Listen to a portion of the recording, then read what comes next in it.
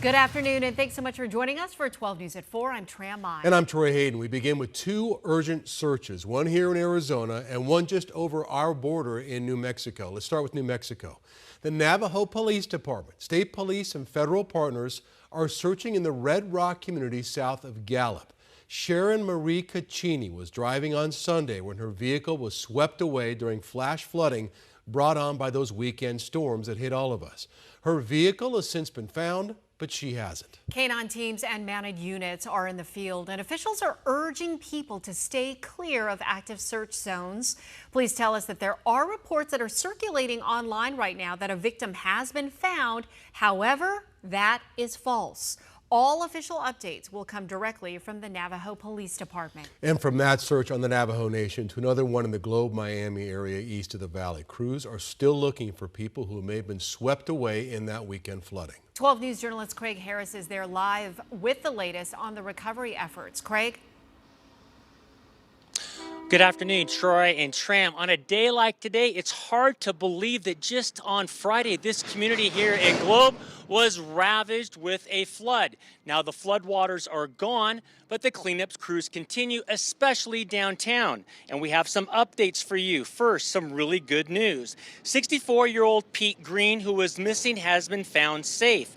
Meanwhile, 6 search and rescue teams with K-9 units resumed recovery operations today, looking for others who may be missing.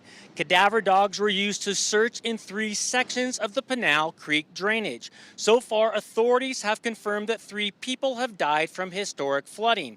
Joining me now is Molly Cornwell Thompson. She is a business owner here in town, and she's part of the Historic Downtown Association. Molly, welcome. Hi, thank you. Thank you for being here. Yeah, where are we at right now? What is going on behind us? We're at the historic 1916 Globe Train Depot, which is now a venue and a museum. And what do we have all out here? Everything drying. These are all the contents that we have deemed salvageable, and we're still going through everything, but these are drying out. We still have one more layer of process to go through before we start loading them back inside the building. And it's been a process of mud mucking and scraping and cleaning and bleaching.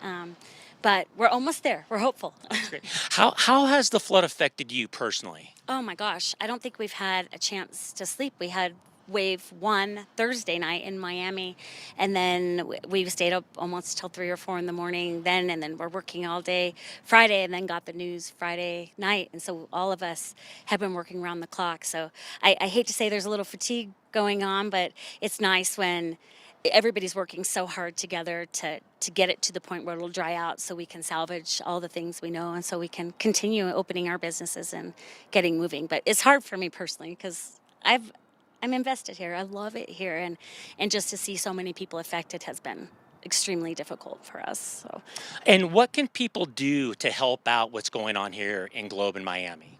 my first answer would always be, we love your prayers, so continue on that, thank you. But we also have GoFundMes. We have for both Globe and Miami, for some of the businesses individually, if they want to reach out financially. We've been blessed with communities and churches that have come out by the drove with shovels and things to come out. We are at a point where we're starting to go through actual things, and things are starting to dry out, so people have brought skid steers and things like that. But it's really coordinating next steps to make sure we're not overlapping each other and doing any damage. But definitely money always helps, prayer always helps, and reach out to us at the Downtown Association or the Chamber of Commerce. They're organizing donations from all the big companies that have been pouring in, and even water bottles and things and clothes that have been coming in.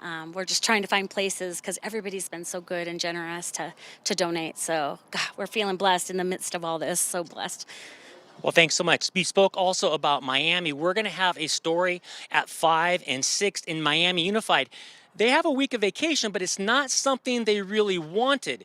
We're going to show you the devastation that happened to that school district and what it means to a little over 900 students at the 5 o'clock and the 6 o'clock hour. Reporting live in Globe, I'm Craig Harris, 12 News. Yo, Craig. All right, yeah, and all those students, again, that's something else that's disrupting their lives, is no school there. And we don't have a ton of time, Craig. Is there any way, though, you can take us inside that building over your right shoulder, just show us inside?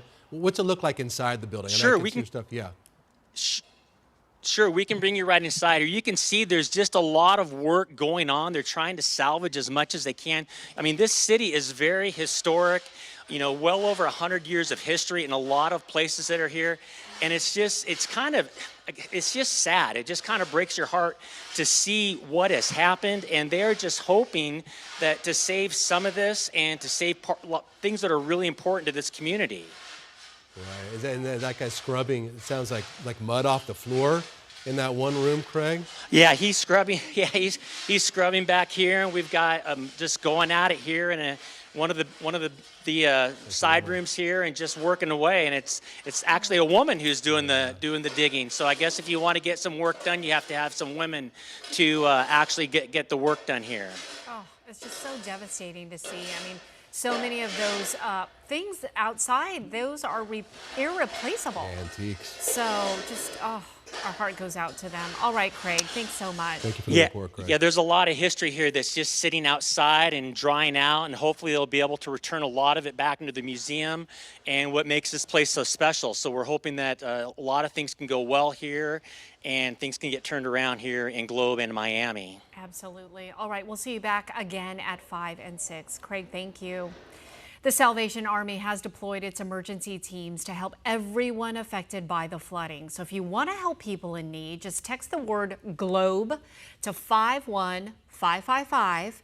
You'll get a link to donate, and 100% of your money goes to disaster relief efforts that'll be used for cleanup as well. Again, text the word GLOBE to 51555 to get that link to donate.